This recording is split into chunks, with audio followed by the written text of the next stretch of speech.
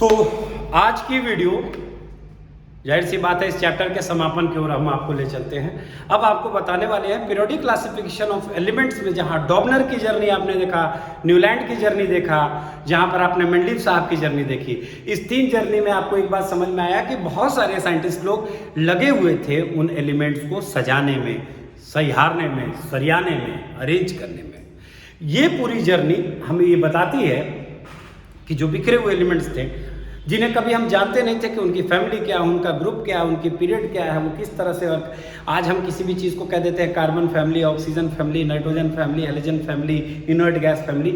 आज हम बड़े आराम से किसी भी ग्रुप का नोमेनक्लेचर कर पाते हैं। आज हम किसी ग्रुप को देखते ही उसका हम लोग तय कर लेते हैं कि इसके वैलेंसी ये होनी चाहिए, इसका इस तरह का स्वभाव होना चाहिए, ऑक्साइड बनाएगा नहीं बनाएगा, इसमें मेटल्स हैं नहीं हैं, केवल मेटल हैं या केवल नॉन मेटल है, या metal non metal semi metal, सारी चीज़ें हैं। ये पूरी कहानी आज अगर हमारे पास है तो इन सभी महानतम साइंटिस्ट का योगदान है। कुछ लोग ये कहते हैं कि डॉबनर बेवकूफ़ था, उसने गलत सलत हमें बता दिया।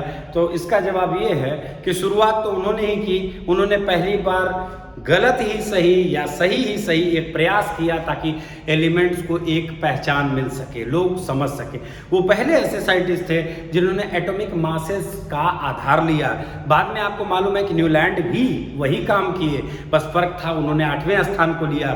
फिर मेंडलीव साहब ने भी वही काम किया, एटॉमिक मास के साथ केमिकल प्रॉपर्टीज, सारी चीज़ों को सजाते हुए उन्होंने भी अपना एक एजम्पशन, एक अपना रूल, एक अपना सारा चीज़, एक नियम दिया। अब सवाल उठता है कि मेंडलीव साहब के बाद क्या? तो मेंडलीव साहब ने ऑलरेडी एक परफेक्ट पीरियोडिक टेबल ऑलमोस्ट दे दी थी, which have some problems, like कि हाइड्रोजन का पोजीशन हो गया, या कुछ एलिमेंट्स इधर उधर हो गए, या कुछ एलिमेंट्स उस समय में उन्होंने बॉक्सेस उनके लिए सही नहीं रखा, या कुछ एलिमेंट्स को प्रॉपरली अरेंज नहीं किया। अदरवाइज बहुत हद तक फ्यूचरिस्टिक पीरियोडिक टेबल हमारे लिए तैयार था। इस समय में हेनरी मोजले साहब और नील बोर साहब का नाम लेना पड़ेगा।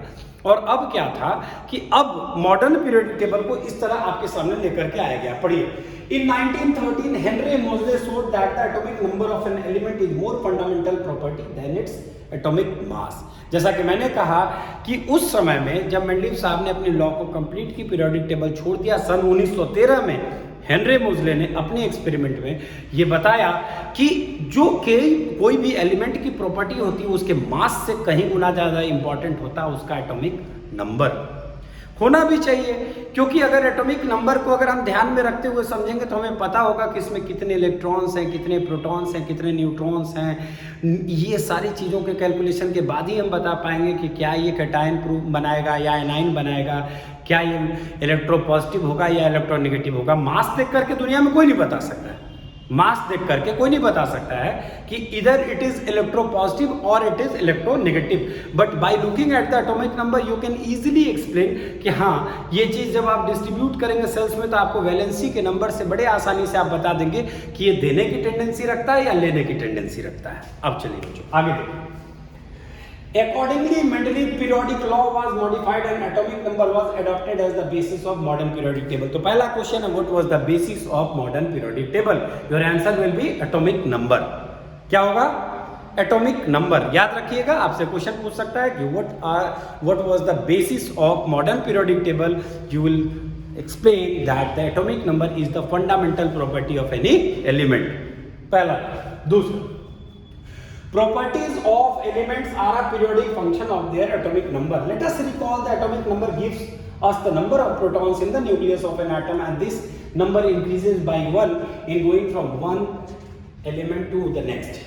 अच्छा, इसके मतलब कि जैसे ही हम एटॉमिक नंबर की बात करते हैं तो तुरंत हमें न्यूक्लियस का आइडिया लग जाता है, न्यूक्लियस के आइडिया से हमें नंबर ऑफ प्रोटॉन्स पता चल जाता है, और इस नंबर ऑफ प्रोटॉन्स और न्यूट्रॉन्स को देखने के बाद हम ये तय कर लेते हैं कि आने वाले किसी एलिमेंट के साथ जुड़ने के बाद वो क्या कर रहा है। जैसे बहुत सारे हम एलिमेंट्स को देखते हैं तो वो आपने देखा है कि वो अपने जो भी उनके ऊपर फर्क पड़ता है वह क्या होता है कि जब इलेक्ट्रॉन्स को एक्सेप्ट कर लेते हैं। जैसे किसी एलिमेंट को हमने देखा और कोई एलिमेंट देखते ही हमारे दिमाग में आ गया कि यार ये एलिमेंट, इसके एटॉमिक नंबर 13 है, इसका वैलेंसी 3 है, इसने 3 लूज किया तो हम ऑटोमेटिकली उसमें 3 का चार्ज लगा देते हैं, जैसे Al3+।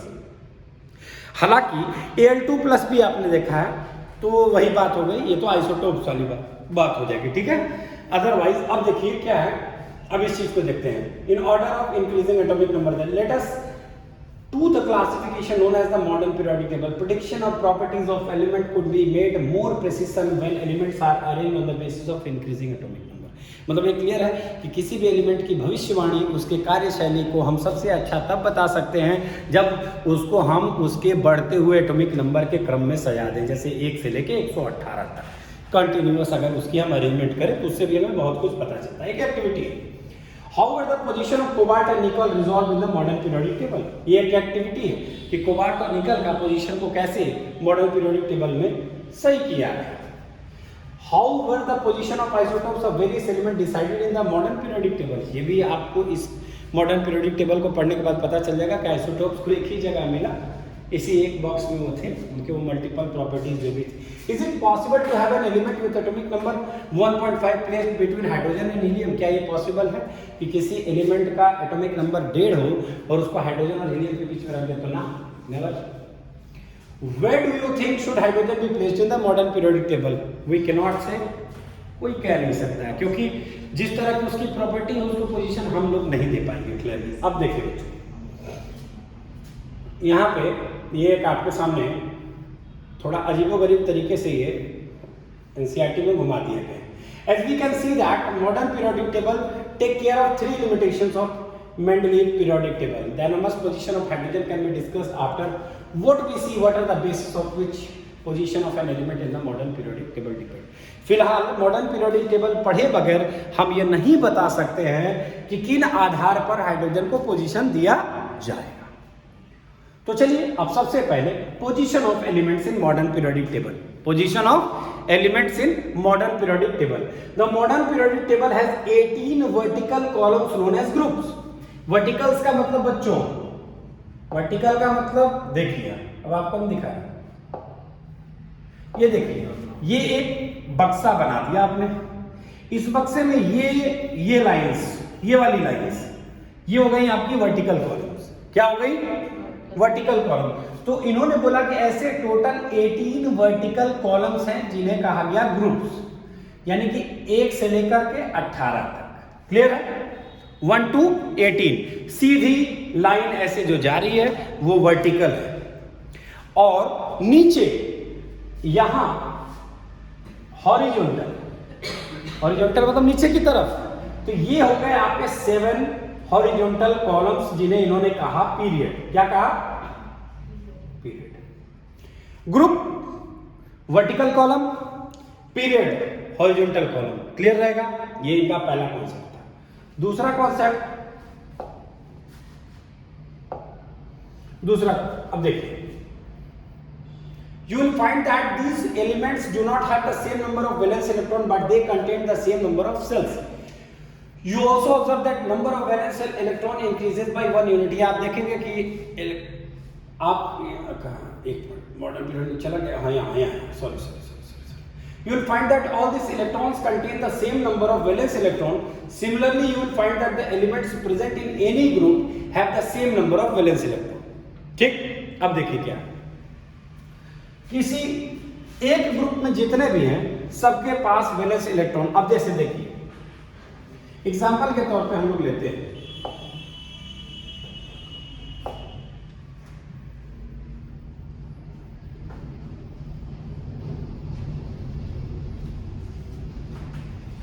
और ये थैलियम।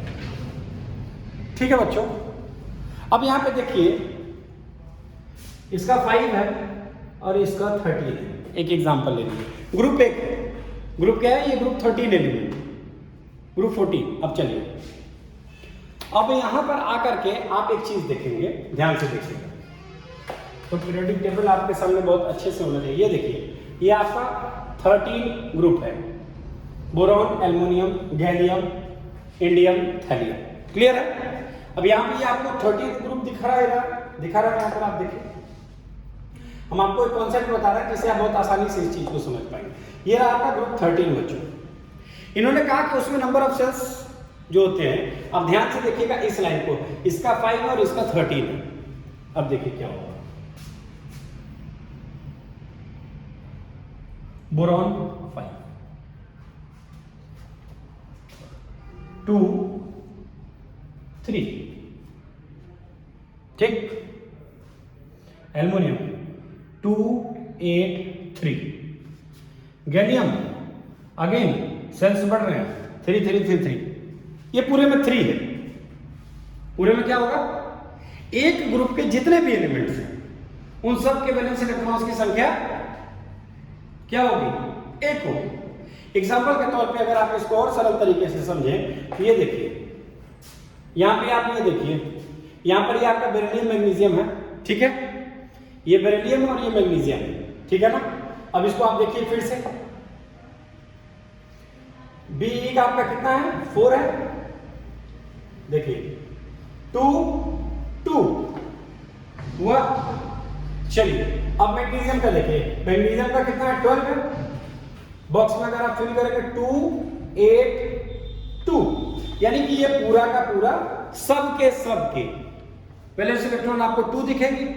3 वाले में 3, 4 वाले में 4। ये आप अब ऐसा नहीं है कि आप बोलेंगे कि सर ग्रुप 18 में तो 18 होगा, ऐसा नहीं होता। फिर वहां पर जाकर के लॉजिक लगता है 10 माइनस करने वाला, ग्रुप नंबर निकालने का तरीका। लेकिन ऑलमोस्ट इसको ग्रुप 2 क्यों कहा गया? अगर आपसे कोई पूछे कि बेटा इसको ग्रुप 2 क्यों कहें, तो आप बोलेंगे क्योंकि इसके जितने भी एलिमेंट्स हैं जब उनको हम लोग इलेक्ट्रॉनिक कॉन्फ़िगरेशन करते हैं तो उनकी वैलेंसी हम 2 पाते हैं। क्या कर पाते हैं, बोलो, 2 पाते हैं।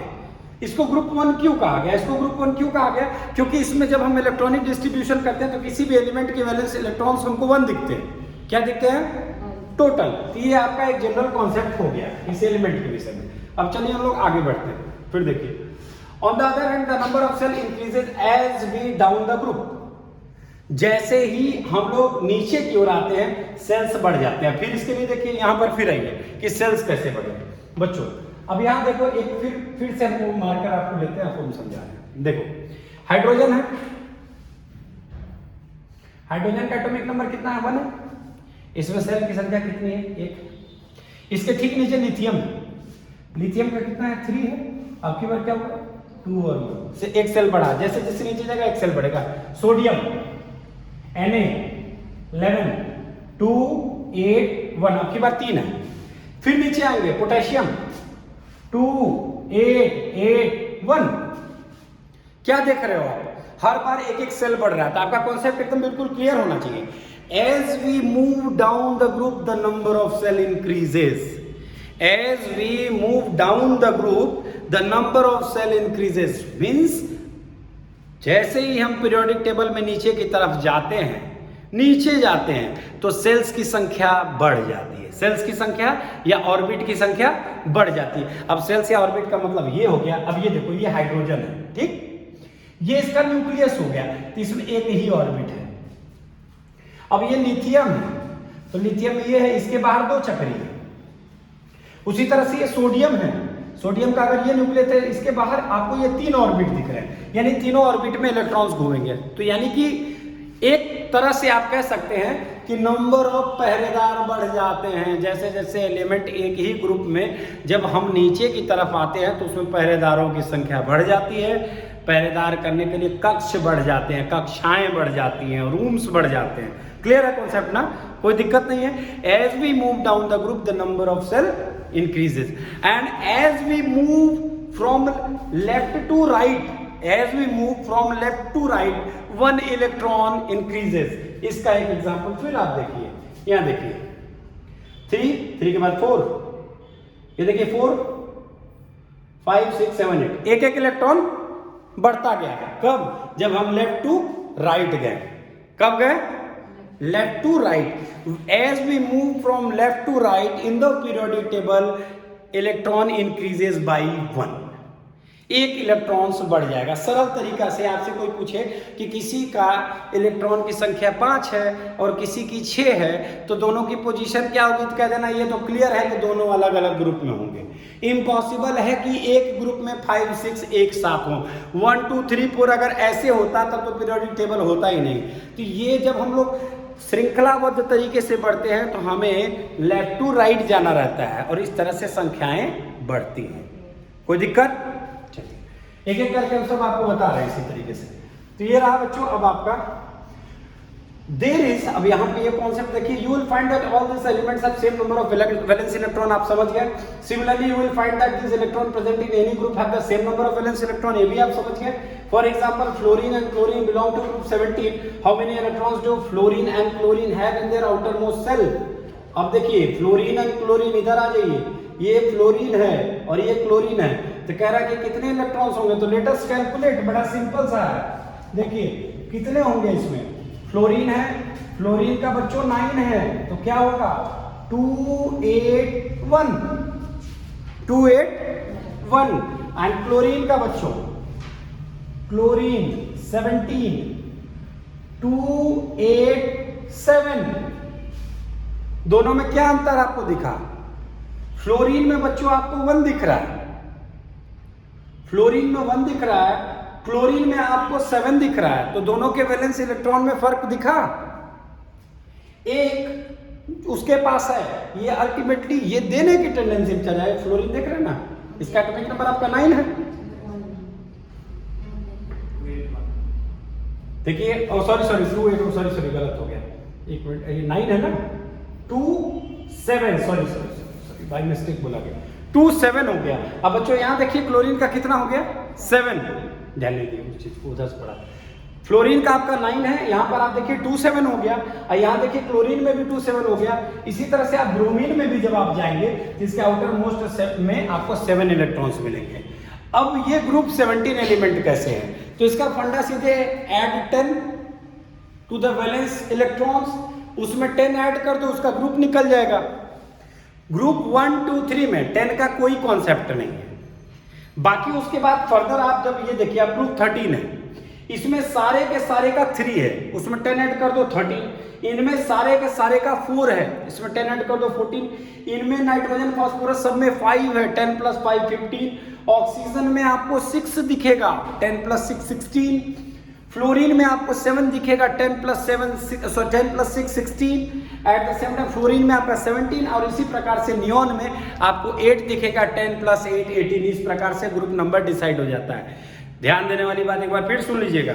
अब आपके मन में ये क्वेश्चन उठना चाहिए, आप हमसे क्रॉस क्वेश्चन कर सकते थे कि सर 13 में तो ये है, 11 12 में आप ये तो 10 ही है, ग्रुप 10 कैसे आपने। अब देखिए बच्चों, निकल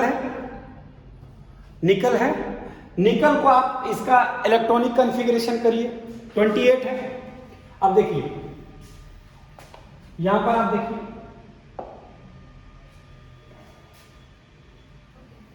निकल एक मेटल है, निकल क्या है, एक मेटल है, इसका एटॉमिक नंबर निकल का कितना है 28 है, 2 8 10 18 28 सही है। अब सही ही नहीं है, पूछिए क्यों। देखिए नियमतः यहां पर 2 होता है, यहां पे 8 होता है, यहां 18 होता है, 18 8 26 तो 28, निकल आपने बैलेंस कर दिया। लेकिन ऐसा नहीं है, ये तो मेटल है, ये तो निकालेगा ना, ये तो निकालेगा। तो ऐसी स्थिति में ये कोई कंपलसरी नहीं है कि हम इसमें कुछ रखें, तो ऐसी स्थिति में सीधे तौर पे यहाँ पर आप 17 और 1 लेकर के इसके इलेक्ट्रॉन्स को 1 कर देंगे। ध्यान रखिएगा ये चौथे ऑर्बिट में जाता है। इसको आप करने के लिए ऑब्बो का नियम आप यूज कर सकते हैं, 1s2 2s2 2p6 3s2 3p6 4d 6 2 8 6 14 2 16 18 8 6 14 16 16 से 22 तो 24। इस प्रकार से बच्चों देखिए, दरअसल में अब इसको समझने वाला चीज है, ये एलिमेंट ये वाला, इसको ऐसे समझिए, ये हो गया आपका S ब्लॉक, कौन ब्लॉक, ये हो गया आपका D ब्लॉक, बीच वाला क्या होता है D होता है। 3 यहां देखिए, 3 से लेकर के 12 तक, 3 से 12 तक आपका है D ब्लॉक। यानी कि जब ऑप्पो प्रिंसिपल से जब हम उसकी इलेक्ट्रॉनिक कॉन्फ़िगरेशन करेंगे तो उसका अंत में D आएगा। क्या आएगा, ऑप्पो आप लोग जानते हैं, ऑप्पो करना चाहेंगे अभी कराऊं। अब सिंपल सा फंडा समझ लीजिए, ये मेटल है। अब यहाँ पे हम लोग जैसे मान लीजिए कि हम लोग कभी हम लोग देखिए, यहाँ पर हम लोग देखते हैं Ag को 2+ भी देखते हैं, Ag को 3+ भी हम लोग देखते हैं। सिल्वर को कई बार हम लोगों ने Ag भी Ag2+, Ag3+ देखा है। कॉपर को भी हम लोग Cu2 भी देखते हैं, 3 भी देखते हैं, कॉपर कुप्रिक के तौर पे। तो ऐसे स्थिति में यहां पर ये 1 रिलीज कर रहा है। सुनिए, ये कितना रिलीज कर रहा है? 1। कितने इलेक्ट्रॉन्स है? 1। 10 उसमें जैसे ही आपने ऐड किया तो कितना हो जाएगा? 11। 10 + 1 11। हायर एलिमेंट्स में जब आप ग्रुप नंबर निकालेंगे जिनके एटॉमिक नंबर ज्यादा है, ऐसी स्थिति में आपको मैंने अभी एक बार बता दिया कि उसमें आप +10 कर दीजिएगा उनकी वैलेंसी में, उनका ग्रुप नंबर बड़े आराम से आपका निकल जाएगा। अब सवाल उठता है कि एक क्वेश्चन और है कि सर हम लोग किसी चीज का पीरियड कैसे पता करें? ठीक, तो देखिए इसका बेस्ट तरीका है बच्चों, किसी चीज का पीरियड पता करना। यहीं पे आपको एक एग्जांपल दिखा दे रहा है। Let us take an example of carbon. 6 है, 1s2 2s2 2p4 2p। बच्चों अब ध्यान से देखिएगा, यहां पे ये कार्बन आपको दिख रहा है, ठीक है, दिख रहा है ना? यहां पे आप देखिए, अगर ध्यान से देखेंगे, अगर आप पीरियड निकालेंगे आप अगर, तो ये 1 2 3, इसको एक मिनट डिलीट करें। ये देखिए, यहां देखिए 2 है, अब 2 के सिधाई में चले, 2 के सिधाई में आप चले जाइए, ये 2 है। ये देखिए यहां पे आपका वो एंड कहां हुआ था? 2p पे। कहां एंड हुआ था? 2p, यानी कि p ब्लॉक के किस पीरियड में है वो? 2 में, यानी कि सेकंड। यहां देखिए आपको कार्बन दिखा 2 पे, दिखा कि नहीं दिखा? तो ये बहुत आसान तरीके से आप किसी का भी निकाल सकते हैं इस तरह से। पीरियड निकाल लिए, ग्रुप के लिए आपने कॉन्सेप्ट समझ लिया कि जो उसकी वैलेंसी है, अगर बड़े एटम्स की बात हो रही है, उधर फर्दर की बात हो रही है, तो आप उसमें 10 ऐड कर देंगे तो आपका ग्रुप नंबर निकल गया, और इस तरह से आप किसी का पीरियड बता देंगे। 2 चीज एकदम क्लियर है। पीरियड आप तब तक नहीं बता पाएंगे। एक तरीका और भी है बच्चों, आपको पूछा जाएगा कि आप कैसे पता करेंगे कि इसका कौन सा पीरियड है। एक तरीका ये भी है। अब आप कहेंगे कि सर इस हिसाब से तो हम नील बोर्ड में अगर 3rd में हम लोग जाएंगे, अब जैसे देखिए एक बेस्ट एग्जांपल देखिए, एक छोटा और एक बड़ा एलिमेंट का एग्जांपल लेकर के आपको हम दिखा रहे हैं समझने के लिए। ये है आपका कार्बन जिसके एटॉमिक नंबर है 6, और ये है आपका एल्युमिनियम जिसका है आपका 13। ध्यान से देखिए, डबल का फर्क हो गया।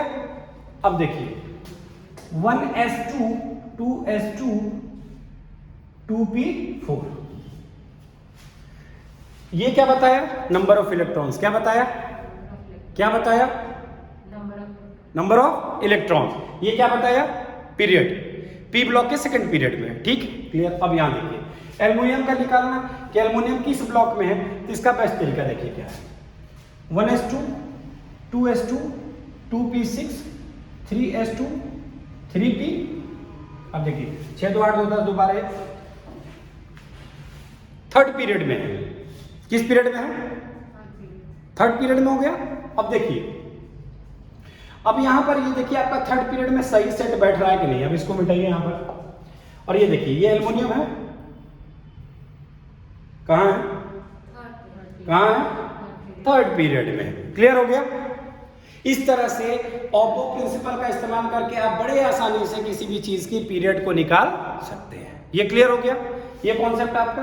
अब देखिए, तो पोजीशन ऑफ एलिमेंट्स में हम लोग थे। अब देखिए, if you look at the long form of periodic table, you will find that elements lithium, beryllium, boron, carbon, nitrogen, oxygen, fluorine, neon are present in the second period. किस period में है? Second period में। Right on their electronic configuration. Easy है, आप कर लेंगे। Do all these elements contain the same number of valence electron? क्या boron में और कार्बन में same number of valence electrons है? नो। क्यों नहीं है? क्योंकि ग्रुप का डिफरेंस है। ग्रुप का डिफरेंस होगा तो इलेक्ट्रॉन्स का भी डिफरेंस होगा ही होगा, वैलेंस इलेक्ट्रॉन का। Do they contain the same number of shells? No, never. क्योंकि सब एलिमेंट्स आप जैसे जैसे बढ़ रहे हैं, एक एक इलेक्ट्रॉन बढ़ रहा है। जब इलेक्ट्रॉन बढ़ रहा है तो सेल्स पे भी दबाव पड़ेगा और सेल्स भी बढ़ेंगे। क्लियर हो गया? एक एक्टिविटी के सारे क्वेश्चंस क्लियर है? क्या पूछ रहा है? Do they contain the same number of shells? तो मैंने बोला नो। कैसे होगा? अब आपको प्रूफ करके दिखाता हूं। ये देखो, कह रहा है क्या पूछ रहा है? पीरियड पूछ रहा है। क्या क्वेश्चन पूछ रहा है? Do they contain the same number of shells? Shells की बात हो रही है, पीरियड की बात नहीं हो रही। क्या उनमें सेल? अब कैसे? अब देखो, यहां देखो, यहां पर हम करके दिखाते हैं आपको। बेरिलियम, बोरॉन, कार्बन, नाइट्रोजन की बात। चलिए कार्बन नाइट्रोजन से और ऑक्सीजन से ही हम लोग ले लेते हैं। फिर फ्लोरीन, फिर नियॉन, क्यों नहीं मालूम, 2 8 है तो सब में से। अब देखिए हम लोग कह रहे हैं नो और यस के बीच में, इसीलिए ना हम लोग क्लास में लाइव हैं इस चीज को लेकर के। मिस्टेक से ही हमारी नॉलेज बढ़ेगी जब हम जानेंगे। सारे एलिमेंट को हमने एक साइड में सरिया लिया, मैंने कहा नो ऐसा नहीं होगा, क्यों नहीं होगा, आपका क्वेश्चन होना चाहिए। बड़ा स्मार्टली आप इसमें जवाब दे सकते हैं कि सर जिन एलिमेंट्स को कंसीडर किया गया था वो सब 2 से ज्यादा थे, सुन लीजिए, जिनका एटॉमिक नंबर 2 से ज्यादा था और 10 के आसपास था।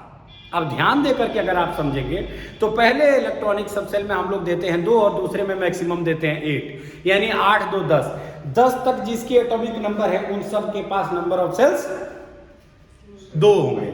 हाँ ठीक है ना, तो अब समझे कॉन्सेप्ट। अब जैसे ऐसे नहीं मालूम रहता, अगर हम ऐसे नहीं काउंट करते तो हमारे लिए ये कंफ्यूजन वाली चीज हो जाती बाबू कि हाँ नंबर ऑफ सेल्स सेम रहेंगे, वही तो मैं बता रहा हूँ। लेकिन मैंने नो क्यों बोला, आप जैसे एक क्लास में टीचर कुछ भी बोल रहे हैं, आप लाइव बैठे हो, आप अपना भी दिमाग अप्लाई करो। यहाँ पे ये क्वेश्चन क्या पूछ रहा है, ये देखिए सुनिए, यहाँ क्वेश्चन पूछ रहा है कि lithium atomic number 3, beryllium atomic number 4, carbon 6, nitrogen 7, oxygen 8, fluorine 9, ये सब 10 से कम है। जब 10 से कम है तो जब हम इनको डिस्ट्रीब्यूट करेंगे, अगर 2n² फॉर्मूला पे डिस्ट्रीब्यूट करेंगे तो मैक्सिमम 2 सेल में 10 ही हो सकते हैं, 11वां नहीं। 11वां होगा तो तीसरा सेल आ जाएगा। यानी कि यहाँ ये छोटे छोटे एलिमेंट्स जितने भी आपको दिख रहे हैं क्रमबद्ध तरीके से इनमें नंबर ऑफ सेल्स एक ही होगा। यानी कि do they contain the same number of cell? Yes. पूछेगा why? Because they are less than 10, because they are less than 10 and greater than 2, less than, बोलिए, their atomic number is less than 10 and greater than 2। अब अगर सोचो, इधर देखिए सब लोग, इधर सोचिए, अगर इसी एलिमेंट्स के बीच में यहां हाइड्रोजन रख देता, क्या रख देता? अब पूछता कि do they contain the same number of shells, तब आपका जवाब होता नो, क्योंकि हाइड्रोजन का एटॉमिक नंबर 1 है, उसके पास सिर्फ एक सेल है और बाकी इन सब के पास 2-2 सेल है। तो आप जवाब देते नो, बिकॉज कि इसमें हाइड्रोजन के पास सिर्फ एक सेल है और बाकी ये सारे एलिमेंट्स के पास 2 सेल है। लेकिन ये जितने एलिमेंट्स की बात की गई सबके पास सेम सेल्स होंगे। क्यों? क्योंकि ये लेस देन 10 है एंड ग्रेटर देन 2 है। आप एक लाइन में बोल देंगे जो वो एलिमेंट्स जिनकी एटॉमिक नंबर 2 से ज्यादा और 10 से कम होगी उनमें सेल्स जो होंगे नंबर ऑफ सेल्स इक्वल होंगे। क्लियर है? You will find that this all elements do not have the same number of valence electron, हम लोग प्रूव कर चुके हैं, but they contain the same number of shells. You will also observe that the number of valence electron increases by 1 unit, ये भी हम लोग पढ़ लिए हैं। As the atomic number increases by 1 unit from moving left to right in a period, हमने बोला कि पीरियड में लेफ्ट से राइट आप जब जाते हैं तो एक एक इलेक्ट्रॉन आपका बढ़ता है, एक एक इलेक्ट्रॉन आपका बढ़ता है। Or we can say that atoms of different element with the same number of occupied cells are placed in the same period। देखिए sodium, magnesium, aluminium, silicon, sodium, magnesium, aluminium, silicon, phosphorus, sulphur, chlorine. अब आप देखिए chlorine and argon belong to the third period of modern periodic table. Third period में ही है। क्यों third period में है? क्योंकि इनकी वैलेंस इलेक्ट्रॉन, पीरियड का सीधा सीधा ताल्लुकात उसके वैलेंस इलेक्ट्रॉन से होता है। पीरियड का सीधा सीधा ताल्लुक उसके किससे होता है? Valence electron. अब देखिए यहाँ सेल्स, अब देखिए यहाँ पे देखिए सोडियम, हम लोग करके देखते हैं, एक एक करके देख लो, क्लियर हो जाएगा। अब यहाँ पे है आपका सोडियम, सोडियम का आपका एटॉमिक नंबर 11, जाहिर सी बात है। इसके जस्ट बगल में आपका है मैग्नीशियम, मैग्नीशियम का कितना होगा? ठीक। थर्ड इधर आप आ जाइए, एल्युमिनियम की बात कर लीजिए, एल्युमिनियम का कितना है? 13 है। एक एक बढ़ रहा है, लेफ्ट टू राइट हम लोग आ रहे हैं, ठीक, एक एक बढ़ा। अब देखिए कह रहा है कि belong to the third period of modern periodic table. कैसे? सोडियम को ले लीजिए 2 8 1, तीसरे पीरियड में इसका इलेक्ट्रॉन आया।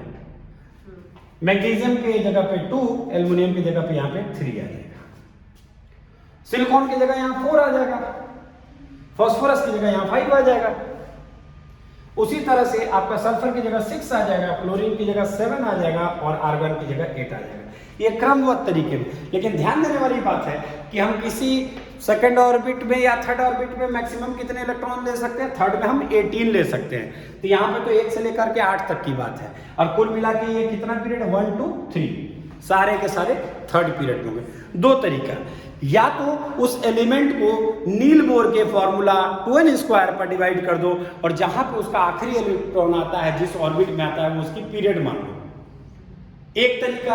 दूसरा तरीका अगर ये समझ में नहीं आ रहा है तो ऑब्बो से चले जाओ और ऑब्बो में जिस भी ब्लॉक का वो एलिमेंट होगा उसके पहले की जो डिजिट लिखी होगी वही उसका पीरियड होगा। क्लियर है? कोई दिक्कत किसी को? नेक्स्ट अब देखिए, how many elements are there in the first, second, third and fourth period? We can explain the number of element in this period based on how electrons are filled into various cells. अब यही देखिए आ गया आपका 2n², यहाँ पे 2 hence the first period has 2 electrons। इस तरह से आप किसी भी चीज का, आपसे कोई पूछेगा कि बेटा बताओ कि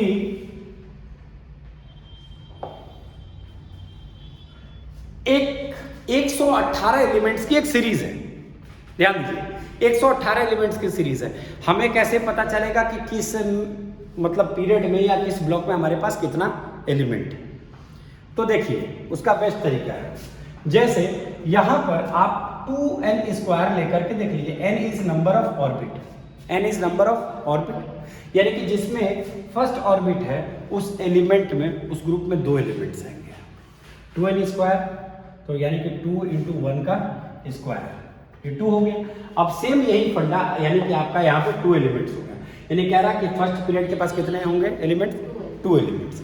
उसी प्रकार से सेकेंड सेल में दूसरा नंबर ऑफ ऑर्बिट 2 है, तो यहाँ पे सेकेंड पीरियड में कितने एलिमेंट्स होंगे? 8। तीसरे में कितना होंगे? 18। तीसरे में कितने होंगे? 18, 18। चौथे में कितना होंगे? 32। पांचवें में कितने होंगे? 50। कितने होंगे? 50। इस प्रकार से आप आगे बढ़ते जाएंगे, नंबर ऑफ ऑर्बिट चेंज होगा और उससे आप तय कर लेंगे कि उस सेल में उस पर्टिकुलर पीरियड में कितने एलिमेंट्स होंगे। क्लियर है? कोई कॉन्सेप्ट में दिक्कत किसी को भी? ये आप फॉर्मूला अगर याद रखेंगे तो 2n² से आपको पता चल जाएगा कि किस पीरियड में कितने एलिमेंट्स होते हैं। कोई आपसे पूछ दिया कि बेटा बताओ फोर्थ पीरियड में कितने एलिमेंट्स होंगे, फोर्थ पीरियड में कितने एलिमेंट्स होंगे, तो आप बता दो 32। अब देखो 32 फोर्थ पीरियड में गिन लेते हैं हम लोग, 32 ये रहा आपका फोर्थ पीरियड, ठीक। ये देखो इधर देखो सब लोग, फोर्थ पीरियड में कितने एलिमेंट्स हैं? 1 2 3 4 5 6 7 8 9 10 11 12 13 14 15 16 17 18। कौन सा पीरियड था? थर्ड था कि फोर्थ था? फोर्थ। अब आप देखिए, अब यहां पर आपका ये कॉन्सेप्ट क्लियर हो गया, इससे आप समझ जाएंगे। आप जिस भी एलिमेंट्स में, आप जैसे यहां पर आप आए, फर्स्ट पीरियड में कितना एलिमेंट था आपका? 1 और 1 यहां, यानी कि इससे आपने सीधे 2n² के फॉर्मूला से आपको पता पड़ जाएगा नंबर ऑफ एलिमेंट्स की संख्या। अब आप कहेंगे कि उस हिसाब से सर n = 4 था तो वहां 32 एलिमेंट्स, लेकिन यहां तो 18 ही दिख रहे हैं, ऐसा क्यों हुआ? ऐसा क्यों हुआ? तो आप वैलेंस सेल का एडजस्टमेंट भी तो करेंगे। जैसे आप यहां पे देखिए, इस फॉर्मूला को ध्यान से देखिए, 2 × 3 का स्क्वायर 18 है, but the outermost cell can have only 8 electrons, so the third period has only 8 elements। बात खत्म, यही आप समझ गए। यानी कि अंतिम में वैलेंसी के नाम पर, वैलेंस इलेक्ट्रॉन के नाम पे आप 8 से ज्यादा नहीं रख सकते, न 9 रख सकते हैं, न 10 रख सकते हैं, न 11 रख सकते हैं, न 12 रख सकते हैं। 8 आपका मैक्सिमम होगा, इसलिए आप चाहे जितना भी ऊपर जाए, ऐसा नहीं कि अभी हमने आपको बोला था ना कि उसमें 60 एलिमेंट होंगे, उसमें 70 एलिमेंट होंगे, ऐसा नहीं होगा। आप कॉन्सेप्ट उसमें फिर समझिए, उसमें क्लियर आपको समझना होगा कि जब आपका जहां तक 8 है वहां तक तो आपका एलिमेंट हो गया। अब यहाँ पर आपका अगर 2 × 4 का स्क्वायर हो गया तो 32 होगा, तो 32 को आप अरेंज करोगे। अरेंज करने के बाद आप देखोगे कि लास्ट में आप केवल 8 इलेक्ट्रॉन रख सकते हो। कैसे? किसी भी चीज में अगर 32 है, यहाँ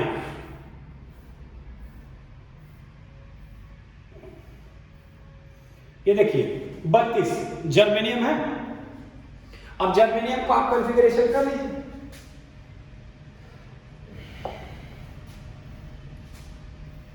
जर्मेनियम है 2 8 18, तो 18 8 26 2 28, 28 4,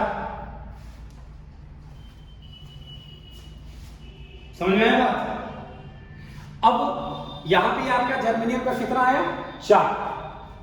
अब इस 4 में 10 जोड़ दो, कितना हो गया 14। देखो ये कहां है, किस ग्रुप में, आपको समझ में आया बात? आप आउटर मोस्ट सेल में यहां पर 4 है ना, मैक्सिमम यहां पे 8 दे सकते हैं, 9 नहीं। याद रखिएगा किसी भी एलिमेंट में आउटर मोस्ट इलेक्ट्रॉन 8 से ज्यादा नहीं हो सकता है। इसका मतलब है कि 2n² वाला फॉर्मूला सिर्फ 2 जगह पे वैलिड है, एक K पर और एक L पर, यानी कि सेकंड सेल तक। थर्ड सेल में इलेक्ट्रॉन्स की संख्या बढ़ जाती है, मैक्सिमम 8 रखा जा सकता है। इसके बाद किसी भी ग्रुप में आप 8 एलिमेंट्स को आप टारगेट करके आप चलेंगे। ठीक है, क्लियर है? एक एक चीज आप लोगों को कर करके दिखा रहे हैं। एक चीज मैं अब से ध्यान आपको देना है कि हम जितनी बार हम गलत बोलेंगे आपको मार्क करना है कि सर आप जिन कॉन्सेप्ट से बता रहे हैं उन कॉन्सेप्ट के विरुद्ध जा रहे हैं। इंटरेक्टिव सेशन इसे कहते हैं। आप इंटरेक्ट तो करो। अभी मैं बोल दूं यहाँ गदा तो बोलो जी सर, बोलो उल्लू तो जी सर। मैं बोलूंगा एल का मतलब एल्युमिनियम नहीं उल्लू है या आलू है, तो आप बोलोगे यस सर आलू होगा। ये यस सर की आदत छोड़िए और क्वेश्चन से राइज करिए। पूछिए, हाँ बताइए। जैसे आप बोले थे कि मतलब 8 इलेक्ट्रॉन्स रह सकते हैं, लेकिन जो फोर्थ वाला था उसमें 18 थे और आपने कॉन्फ़िगरेशन किया था तो 4 आ रहा था कुछ। किसमें? जो फोर्थ वाला पीरियड था उसमें 18 एलिमेंट्स थे। हाँ। और मतलब आपने बोला था कि उसको सेट करेंगे। हाँ। तो लास्ट में 8 आना चाहिए। हाँ। तो जब इलेक्ट्रॉनिक कॉन्फ़िगरेशन किए थे तो 4 आया था लास्ट में। हाँ, तो वो तो आपके अरेंजमेंट है, तो उसका मतलब उस चीज से ताल्लुकात थोड़े है। जैसे देखिए अब आपका यहाँ पे आपने काउंट किया, यहाँ पे आपको यहाँ पे एक लाइन बोला इसके पास थर्ड ग्रुप के पास 18 है but the outer most shell can have only 8 electrons, so third period has only 8 elements. अब इसका मतलब कि फोर्थ पीरियड में हम लोग यहाँ गए, आइए फोर्थ पीरियड में हम लोग गए, यहाँ पे हम लोगों ने काउंट किया तो 18 एलिमेंट्स। कितने हैं? 18 है। जबकि इसका रियलिटी में फोर्थ पीरियड का कितना आना चाहिए? 32। कितना आना चाहिए? देखिए जो अगर हम लोग 2 इंटू n की जगह 4 है तो 4 का स्क्वायर किए तो 32 है, लेकिन यहाँ पर मैक्सिमम आपको देखने को मिल रहा है 18 एलिमेंट्स। तो ये 18 एलिमेंट्स क्यों है? तो उसका जवाब है कि ग्रुप है 18 का। पहले तो यही कॉन्सेप्ट क्लियर कर लिए। 1 से 18 32 तो होगा ही नहीं, मैक्सिमम 18 तक जाएगा। मतलब 2 से कम नहीं किसी ग्रुप में और 18 से ज्यादा नहीं। याद रहेगा ये बात? 2 से कम नहीं और 18 ज्यादा नहीं। अब इधर देखिए, ये वाले को देखिए, नीचे आइए, लेसन मल्टीप्लाई 1 2 3 4 5 6 7 8 9 10 11 12 13 14। यहां पे आप छोड़ते हैं 2 से कम नहीं होगा और 18 से ज्यादा नहीं होगा। और इसको तो वैसे ही F ब्लॉक का एलिमेंट मानते हैं। ये तीनों से सबसे बिल्कुल अलग होता है, बिल्कुल जुदा होती है इसकी प्रॉपर्टी, इसको अलग। इसमें देखिए आपको 14 एलिमेंट्स हैं। अब इसको आप ऐसे भी समझ सकते हैं। देखिए यहां देखिए S ब्लॉक में S ब्लॉक का मैक्सिमम पावर 0 to 2 हो सकता है, यानी कि S ब्लॉक के पास आपके पास 2 ग्रुप्स हो गए। कितने ग्रुप हुए? Maximum 2 group. P ब्लॉक के पास 0 से 6 हो सकता है। कितने ग्रुप्स हो गए इसके पास? 6। कितने? 6। अभी मैं गिन के दिखाऊंगा। P ब्लॉक के पास 6 है, तो देखो 13 14 15 16 17 18 कितने हुए? 6। यानी P ब्लॉक के पास मैक्सिमम कितने ग्रुप्स हो सकते हैं? 6। एक ग्रुप में कितने पीरियड मैक्सिमम हो सकते हैं? 7। कितने हो सकते हैं? इसके पास 6 है, इसके पास 6 है। P ब्लॉक के पास कितने हैं? 6 मैक्सिमम है, यानी कि ग्रुप कितना हुआ इसके पास? 6। और पीरियड कितना हुआ इसके पास? 7। अब इसको आ जाइए थोड़ा सा प्रैक्टिकल समझते हैं। ये देखिए फर्स्ट पीरियड के जगह पे यहाँ पे कुछ नहीं है, सेकंड पीरियड से काउंट करिए 1 2 3 4 5 6। P ब्लॉक के पास कितने पीरियड से? 6 पीरियड है। पहले पीरियड में कुछ नहीं, लेकिन एक इसमें हीलियम आ गया जो कि P ब्लॉक फैमिली में, सॉरी S के बाद P ब्लॉक में आता है। ठीक है, इसमें ये एक आपका अलग है। बाकी आप काउंट करेंगे अगर आप तो यहीं से मल्टीप्लाई कर दो 1 2 3 4 5 6 6 1 जा 6, 6 2 जा 12, 6 3 जा 18, 6 4 जा 24, 6 5 जा 30, 6 6 जा 36, 1 37, यानी कि 37 एलिमेंट्स हैं। यानी कि नंबर ऑफ पीरियड्स को और नंबर ऑफ ग्रुप को आप जानिए कि उस ग्रुप में कितने ग्रुप्स आ रहे हैं, ठीक, और उसमें कितने पीरियड्स आ रहे हैं, तो आप क्लियरली बता देंगे कि उस ब्लॉक ऑफ एलिमेंट में इतना एलिमेंट होगा, उस पर्टिकुलर ब्लॉक्स में। क्या मुश्किल था? अब यहां देखो, आप ऐसे समझ जाओ, अगर यहां पे आप देख रहे हो, यहां पर ये 4th से शुरू होता है, कौन? D block. डी ब्लॉक कहां से हुआ? 4th से। 4 5 6 7 4 आया इसमें, और ये 4 कितना इसमें? 1 2 3 4 5 6 7 8 9 10, तो 10 × 4 कर दो, 40 एलिमेंट्स। कितने एलिमेंट्स हो गए? 40 काउंट कर लो, 1 2 3 4 5 6 7 8 9 10 11 12 13 14 15 16 17 18 19 20 21 22 23 24 25 26 27 28 29 30 31 32 33 34 35 36 37 38 39 40 40। इसके लिए आपको 2 बातें दिमाग में रखनी पड़ेगी। अब ये आपको समझ में कैसे आएगा कि उसके पास टोटल कितने पीरियड्स हैं? तो बच्चों ध्यान दीजिए, आपको इसके लिए ऑब्बो का टेबल याद रखना पड़ेगा। आपने देखा होगा हम लोगों ने 1s2 2s2, ध्यान दीजिए इधर, 1s2 2s2 लिखा है, लेकिन कभी 1p लिखा है क्या? तो इसका मतलब है कि p ब्लॉक के पास फर्स्ट पीरियड में है ही नहीं कुछ, लेकिन 2p लिखा है, और 2p से लेकर के 7p तक लिखा है, 2p से लेकर के 7p तक लिखा है उस टेबल में।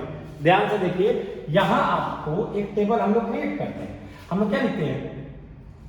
1s 2s 3s 4s 5s 6s 7s। बच्चों एक बात क्लियर हो गया, यानी कि इसमें 7 पीरियड है और इसके पास टोटल वैल्यू कितनी है? 2 है।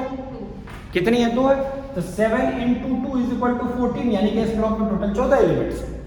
कोई दिक्कत? कोई दिक्कत समझने में किसी को भी? आपने क्या देखा?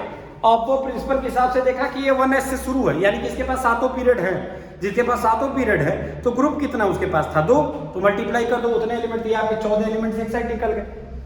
बगल में डी है, डी में आपको 40 निकल गया, उधर वो आपका था उसमें 37 निकल गया है। एस डी, एस के बाद ये डी है, number of elements in S block 14 हो गया। हाँ एक, ओहो, देखिए यहां पर आप ये चीज नहीं देख, हाइड्रोजन का कोई प्लेस फिक्स नहीं है भाई, तो इसके वजह से नहीं, तो इसकी वजह से 12 नहीं है, 13 है। बात नहीं समझ रहे हम लोग, 14 क्यों गिने? दरअसल में हम लोग सीक्वेंस में गिन रहे हैं ना कि इसके पास कितना है, तो हमको तो ये मालूम था कि इसके पास 2 है, हमने इस चीज पे ध्यान नहीं दिया। अगर किसी एलिमेंट में, किसी ग्रुप में आप चले गए, एक एलिमेंट उसमें दे दिया एक्स्ट्रा, जैसे कि आ जाइए आप डी ब्लॉक।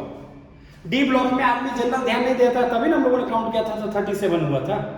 तो ये तो ध्यान देने वाला वस्तु है ही।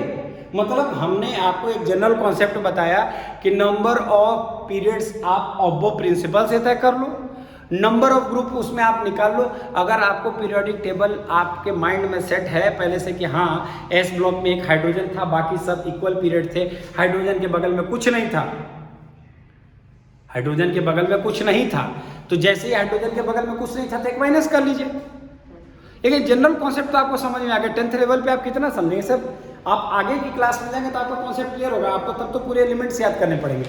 लेकिन क्या अगर आपके माइंड में सेट हो गया है पीरियोडिक टेबल, और क्या आपको ये पता है कि इस तरह से हमारे पीरियोडिक टेबल का डिजाइन है कि एक बिल्डिंग है, एक इधर से एक फ्लोर ज़्यादा है, एक इधर से एक फ्लोर ज़्यादा है। ध्यान दीजिए, पीरियोडिक टेबल आपने माइंड में एक इमेज बना ली और उस इमेज के अंतर्गत आपने बनाया कि एक बिल्डिंग है, इस बिल्डिंग के इस कॉर्नर पे यानी कि लेफ्ट कॉर्नर पे, राइट कॉर्नर पे एक एक फ्लोर हमने ज्यादा दिया है, बाकी सब में कमरे हमारे 6-6 हैं, और एक ब्लॉक में हमने 2 बिल्डिंग बना रखी है, तो 12 कमरे हुए, एक उसमें ऐड कर दो 13 हुआ कि नहीं हुआ? आप किसी से भी बता देंगे कि हमारी फर्स्ट बिल्डिंग में एक फ्लोर ज्यादा है, बाकी 6 तल्ला है, लेकिन एक फ्लोर में एक हमने एक्स्ट्रा फ्लोर बना दिया है। तो आप अगर लेफ्ट हैंड साइड की बिल्डिंग में आप जाएंगे तो आपको 12 की जगह 13 फ्लोर दिखेंगे, और कॉर्नर में एकदम लास्ट में आप चले जाएंगे राइट हैंड साइड के भी बिल्डिंग में जाएंगे तो 12 की जगह आपको 13 मिलेगा, बाकी के साइड में आपको 4-4 तल्ले या 3-3 तल्ले तब कॉन्सिस्टेंटली मिलता है।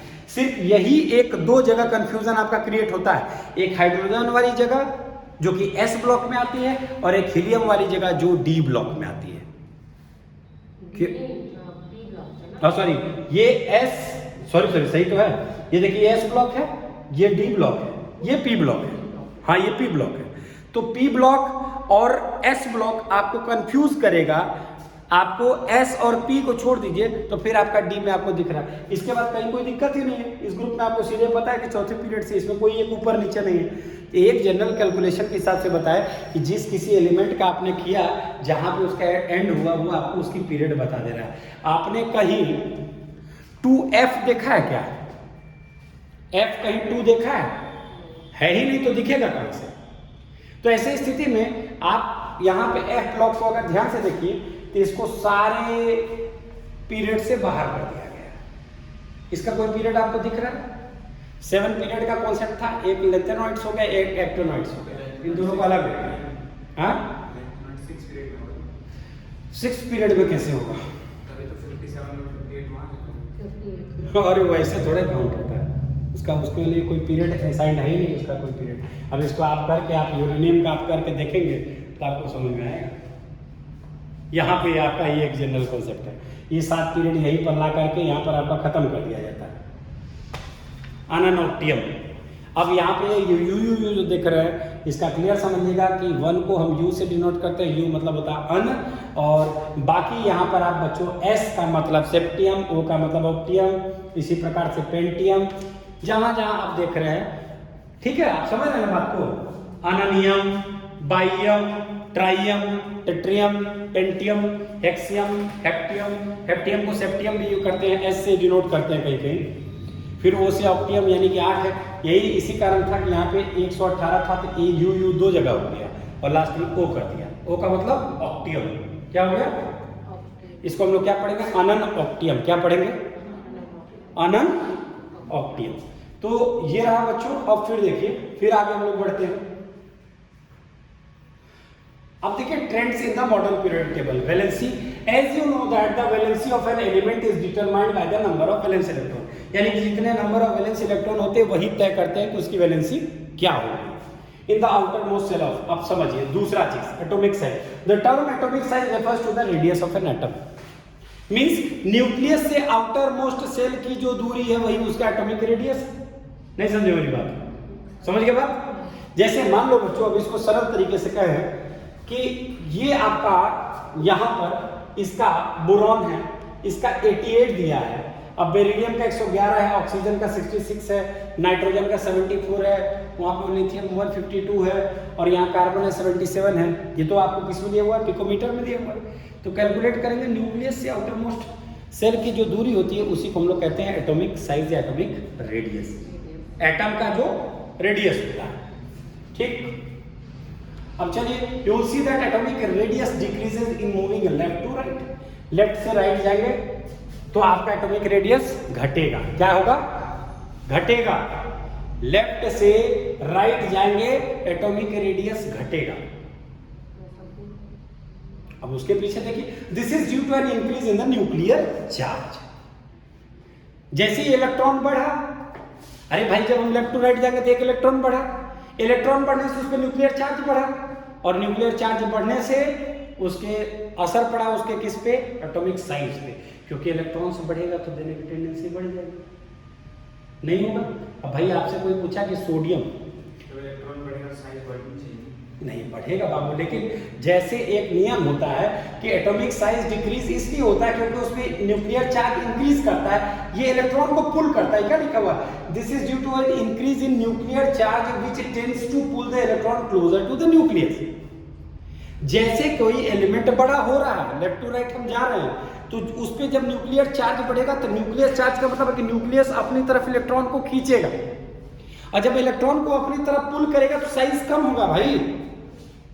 जैसे देखिए आप हमसे बहुत दूर हैं, हम एक मैग्नेट है और आप एक आयरन है, हम दोनों में बहुत दूरी है और हमारी मैग्नेटिक पावर आप तक नहीं लग रही है तो हम में आप में दूरी पड़ गई, लेकिन किसी कारणवश आप जहां खड़े थे वहां पे और लोहे से आयरन से आपको ढक दिया गया और आयरन ने अपना एरिया थोड़ा बढ़ाया तो मेरी मैग्नेटिक पावर जाकर के आपसे लग गई और आप खींचे मेरी तरफ चले आए, यानी आप पर लोड बढ़ा, आप पे इलेक्ट्रॉन बढ़ा। इलेक्ट्रॉन बढ़ने से क्या हुआ कि आप पर हमारा पुल बढ़ा, हम आपको अपनी तरफ खींचने लगे। समझ में आ रहा है मेरी बात? अब इसका आप दूसरा पहलू है कि पहला चीज आप बोलेंगे कि लेफ्ट टू राइट बढ़ा तो उस पर न्यूक्लियर चार्ज बढ़ा। न्यूक्लियर चार्ज बढ़ने की वजह से उसकी एटॉमिक रेडियस कम हो गई। इसका मतलब आप दिमाग में सीधे कहेंगे कि इसका मतलब है कि जिसके एटॉमिक नंबर ज्यादा होगी उसकी एटॉमिक रेडियस कम होगी। तो हाँ, क्यों कम हो रही है? क्योंकि जैसे जैसे आप बड़े हो रहे हो, आपके बढ़ते हुए इलेक्ट्रॉन पे मेरा न्यूक्लियर पुल भी बढ़ रहा है और हम उसको अपनी तरफ खींच रहे हैं, जिसकी वजह से आप सिकुड़ जा रहे हो। इसका सिंपल सा फंडा ये है कि कोई आपसे पूछा बच्चों हाइड्रोजन, कोई पूछा आपसे हीलियम, यहां देखिए एग्जांपल दिया होगा यहाँ कहीं, यहां देखिए ये बोरॉन है, ठीक है, बोरॉन का 5 है, 88 है, बेरिलियम का 111 है, यहाँ पे ऑक्सीजन का 66 है, ऑक्सीजन के बाद यहाँ पे आप देखिए नाइट्रोजन है। ये किस तरह से आप लेकर के चल रहे हैं? आप पीरियोडिक टेबल को ध्यान से अगर आप देखेंगे, यहाँ देखिए, ऊपर आइए फिर से अब देखो बच्चों, यहाँ पे समझो ये बोरॉन है और ये कार्बन है, इसी में हम आपको बता दे रहे हैं। बोरॉन से एक ज्यादा हुआ, लेफ्ट टू राइट जा रहा है, कार्बन से एक ज्यादा नाइट्रोजन में हुआ, फिर उससे एक ज्यादा ऑक्सीजन में हुआ। तो आपसे किसी ने पूछा कि बेटे बोरॉन और ऑक्सीजन में एटॉमिक रेडियस किसकी ज्यादा होगी? किसकी ज्यादा? ना कि ऑक्सीजन की, क्योंकि ऑक्सीजन के बढ़ते हुए इलेक्ट्रॉन्स की वजह से न्यूक्लियस का उसके ऊपर पुल बढ़ गया, उस पुल के बढ़ने से वो श्रिंक कर गया और श्रिंक करने से उसकी रेडियस हो गई छोटी। क्लियर है? अच्छा, चलिए फिर आगे बढ़ते हैं। क्रॉस क्वेश्चनिंग बहुत जरूरी है, क्रॉस क्वेश्चनिंग करिए, उसमें आपको गलती सही सब पता चले। How do you calculate the valency of an element from its electronic configuration? आप किसी चीज की वैलेंसी उसके इलेक्ट्रॉनिक कॉन्फ़िगरेशन से कैसे पता लगा लेंगे? तो बड़ा इजी है। देखिए, वैलेंसी और वैलेंस इलेक्ट्रॉन में बहुत बड़ा फर्क होता है। वैलेंसी वो होती है जो उसे प्राप्त करना होता है, और वैलेंस इलेक्ट्रॉन वो होते हैं जो कॉन्फ़िगरेशन के पास उसके बाद शेष बच जाते हैं। अगर आपसे यहाँ पर कोई कहे कि बच्चों, अब यही पे आप क्लियर कर लीजिए, ये रहा आपका एल्युमिनियम, इसकी बेटा वैलेंसी और वैलेंस इलेक्ट्रॉन बता दो, ठीक। अब आप क्या करते हो कि कॉन्फ़िगरेशन करते हो 2 8 3। अब बताओ ये 3 इसका वैलेंसी इलेक्ट्रॉन है या वैलेंसी? दोनों है। 1 2 3 की स्थिति में 8 उसको प्राप्त करना रहता है खुद को स्टेबल करने के लिए, लेकिन ये हायर एलिमेंट्स में आप देखेंगे फर्दर, अब जैसे आप चले जाइए, इसको लेकर के आप चले जाइए लाइक उधर चले जाइए, मान लीजिए ऑक्सीजन का 8 है, यहाँ पे आप इसको डिस्ट्रीब्यूट करोगे तो 6 है। अब इसके वैलेंस इलेक्ट्रॉन 6 है, लेकिन इसकी वैलेंसी क्या है? 8 है। क्या है? 2 है। क्यों? क्योंकि वही 2 प्राप्त करके ये 8 हो जाएगा और स्टेबल होगा। हर एलिमेंट खुद को 8 लेकर के स्टेबल करना चाहता है, जिसके पास एक्स्ट्रा होता है वो डोनेट कर देता है। इसको कितने की कमी थी? 2, इसीलिए हम लोग अक्सर यहाँ O2 लिखते हैं। क्लियर है? तो आप एल्युमिनियम को 3 तो लिखते ही है, Al3 तो लिखते ही है, हाँ Al2 Al3 दोनों होता है। नहीं, तो पहले एक्स्ट्रा है ना उसके पास, इलेक्ट्रोपॉजिटिव है ना वो, इस वजह से उसने रिलीज कर दिया। बाकी देने के बाद ये जब ये 3 रिलीज कर दिया और ये Al3+ बन गया, तो 3+ होने के बाद इसके पास तो 8 बच ही रहा है, स्टेबल तो है ही। हर एलिमेंट अगर वो मेटल है तो डोनेट करने के बाद वो ऑक्टेट स्ट्रक्चर को प्राप्त कर लेता है, और अगर उसने डोनेट नहीं किया है तो वो रिसीव करके ऑक्टेट को प्राप्त करता है। तो जितना उसका कम है, लाइक कार्बन की हम बात करते हैं, तो कार्बन की कितनी वैलेंस इलेक्ट्रॉन है? 4 है। वैलेंसी कितनी है? 4 है, क्योंकि वही 4 उसको चाहिए 8 होने के लिए, और वही 4 उसके पास है भी।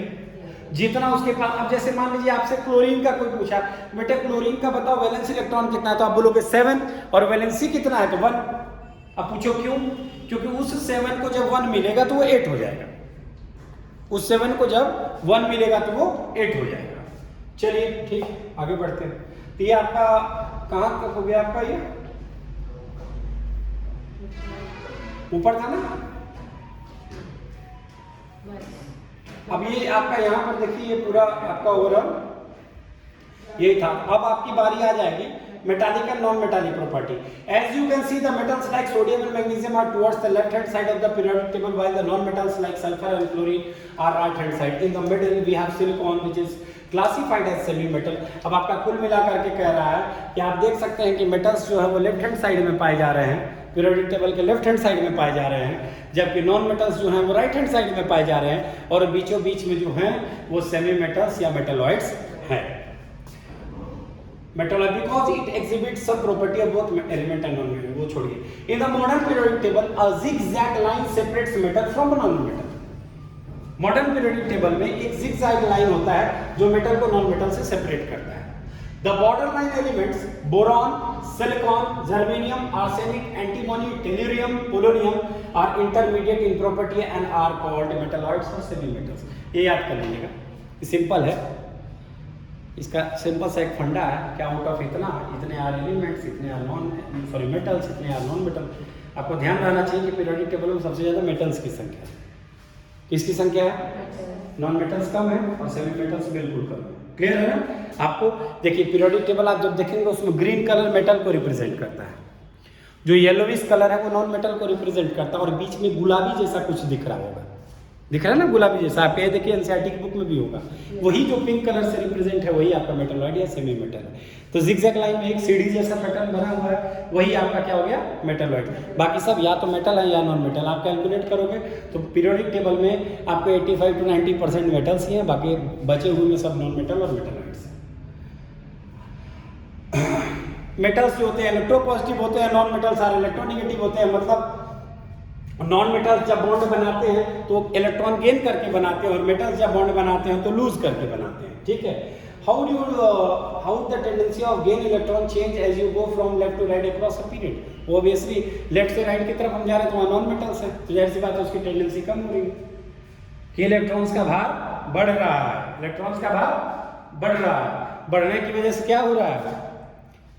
बढ़ने की वजह से क्या हो रहा है? जब एक एक इलेक्ट्रॉन आपका बढ़ता जा रहा है, जैसे जैसे आप इलेक्ट्रॉन्स बढ़ाते जा रहे हैं, एलिमेंट और बड़ा होता जा रहा है, बड़ा हो रहा है, तो आगे जाकर के उसके सेल्स बढ़ेंगे, सेल्स बढ़ने की वजह से उसके इलेक्ट्रॉन डिस्ट्रीब्यूट हो जाएंगे जहां तक उसको चाहिए, तो उसके बाद का अगले में चला जाएगा। समझ गए बात?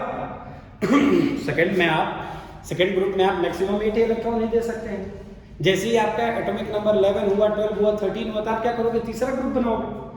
फिर उसमें आप मैक्सिमम कहां तक जा सकते हो? 8 तक जा सकते हो। कितना तक जा सकते हो? फिर 8 के बाद अगर फिर आपका 18 के बाद 19वां या कैल्शियम आ गया तो फिर आप चौथे सेल में जाते हो। इस तरह से आपके सेल बढ़ते जाते हैं, एटम्स आपके बढ़ते जाते हैं, सेल्स बढ़ते हैं। अब देखिए यहाँ पे आपका ये एनसीईआरटी में आपको लग रहा है कि ये शायद अब खत्म ही है। ओवरऑल कुछ क्वेश्चन है बच्चों, ये आप इसको जरूर करेंगे। कमेंट सेक्शन में किसी भी क्वेश्चन से रिलेटेड अगर आपको कोई क्वेरी होगी तो जरूर बताएंगे। ओवरऑल सिर्फ 5 मिनट में आपको मैं बताऊंगा इस पूरे चैप्टर की जर्नी। चैप्टर की जर्नी शुरू हुई classification of elements. Why do we need to classify elements? ऐसा इसलिए कि ताकि हमें पता चले कि कौन से एलिमेंट का क्या बिहेवियर है, वो मेटल है या नॉन मेटल है, उसको छूने में कोई खतरा है या कोई खतरा नहीं है, कहीं वो अत्यंत ज्वलनशील तो नहीं है, कहीं ऐसा तो नहीं है कि उसका कोई अलग ही टेम्परेचर पे हम उसको ले जा रहे हैं, कुछ और ही बन जा रहा है जैसे कि मरकरी। तो ऐसे में एलिमेंट्स को पहचानना जरूरी है, उनके सही तरीके से उनको जानने के लिए। इसके बाद हम लोगों ने डॉबलर साहब को पढ़ा, जिन्होंने 3 तिकड़ी का नियम दिया। इन्होंने 3 एलिमेंट्स को लिया, इन्होंने कहा पहला और लास्ट वाला के जो मीन निकालेंगे वो मिडिल वाले के मास के इक्वल होगा। ये बहुत दूर तक वैलिड नहीं था, उस समय में एलिमेंट्स की संख्या भी इनके पास बहुत ज़्यादा नहीं थी, तो ये इनका लॉ फ्लॉप हो गया। फिर आए न्यूलैंड साहब, इन्होंने म्यूजिकल नोट्स के हिसाब से कहा कि हर 8वां एलिमेंट अपनी प्रॉपर्टी को रिपीट करता है। कुछ हद तक सही था, लेकिन इनका भी जो लॉ था वो कैल्शियम के बाद वैलिड नहीं था। इन्होंने कहा कि ओनली 56 एलिमेंट्स हैं, अभी 56 हैं, और फर्दर कोई एलिमेंट हमारे पास डिस्कवर नहीं होंगे, इनका प्री-अजम्पशन था, ये भी गलत हुआ। फिर आए मेंडलीव साहब आए तो उन्होंने न सिर्फ एटॉमिक मास को कंसीडर किया, बल्कि एटॉमिक मास के साथ साथ केमिकल फिजिकल प्रॉपर्टीज के भी रिलेशन को देखा, एक प्रॉपर पीरियोडिक टेबल भी डिजाइन किया, और भविष्य के लिहाज से उसमें कुछ चीज़ें छोड़ के चले गए कि भविष्य में कुछ एलिमेंट आएंगे, जैसे कि इका सिलिकॉन। उन्होंने संस्कृत से एक इका वर्ड लिया, जिसके अंतर्गत उन्होंने बोला कि भविष्य में एलिमेंट आएंगे और इस जगह पे स्टेबल हो जाएंगे, सेट हो जाएंगे। गलतियां उन्होंने कर दी क्योंकि उन्होंने आइसोटोप्स को एक्सप्लेन नहीं किया, उन्होंने हाइड्रोजन की प्लेस को ओके नहीं किया। फिर आए हमारे हेनरी मोजले साहब 1913 में, उन्होंने मॉडर्न पीरियोडिक टेबल डिजाइन किया। यहाँ पर उन्होंने कहा कि किसी भी पीरियोडिक टेबल में किसी भी चीज़ की प्रॉपर्टी उसके एटॉमिक मास की वजह से नहीं बल्कि उसके एटॉमिक नंबर की वजह से होती है, और ये एटॉमिक नंबर का आधार लेकर के उन्होंने पूरी पीरियोडिक टेबल आपके सामने डिजाइन करके रख दी। पीरियोडिक टेबल आपके सामने डिजाइन करके रख दिया। इनकी पीरियोडिक टेबल में इन्होंने वर्टिकल और हॉरिजॉन्टल कॉलम्स के रूप में ग्रुप्स और पीरियड्स बनाए और उसमें कुछ एलिमेंट्स को उन्होंने बांट दिया। सीधे तौर पे इसमें हम लोगों को ऑब्बो की और नील बोर की प्रिंसिपल की ज़रूरत थी। अगर हम इसको ध्यान से सुनेंगे, इस वीडियो को ध्यान से देखेंगे, तो ऑब्बो साहब और नील बोर की बातें हमें समझ में आ जाएगी। वो सारी एक्टिविटी करने की ज़रूरत है। ओवरऑल यही रिकॉल करना था। एटॉमिक साइज के विषय में एक छोटी सी बात यह है कि जब आप लेफ्ट से राइट की तरफ जा रहे हैं, जैसे आप आगे के एलिमेंट्स की तरफ बढ़ रहे हैं, तो एटॉमिक रेडियस आपको कम देखने के लिए मिल रहा है। इसके पीछे की वजह है न्यूक्लियर चार्ज। उस न्यूक्लियर चार्ज की वजह से इलेक्ट्रॉन्स पे उसका पुल बढ़ जाता है न्यूक्लियस का, जिसकी वजह से वो श्रिंक हो जाता है। और मेटालिक नॉन मेटालिक प्रॉपर्टी की बात करें तो मेटालिक प्रॉपर्टी का सीधा सीधा फंडा है कि वो सारे एलिमेंट्स जिनमें इलेक्ट्रॉन्स की गिविंग टेंडेंसी वो देना चाहते हैं, ऐसे सभी एलिमेंट्स को हम लोग मेटल कहते हैं। जो रिसीव करके अपने आप को स्टेबल करना चाहे, बॉन्डिंग करना चाहे, जो अपने इलेक्ट्रॉन्स को किसी से मांग करके अपने आप को स्टेबल करे, उसे हम नॉन मेटल कहते हैं। ओवरऑल यही चैप्टर था बच्चों, इसको अच्छे से रिकॉल करेंगे। घर पे जाने के बाद एनसीईआरटी के सारे क्वेश्चंस करेंगे, प्रीवियस ईयर के सारे क्वेश्चन करेंगे और कमेंट सेक्शन में जरूर जाकर के बताएंगे आपको ये वीडियो कैसा लगा। अपने फ्रेंड्स को भी बताएंगे। तब तक के लिए धन्यवाद।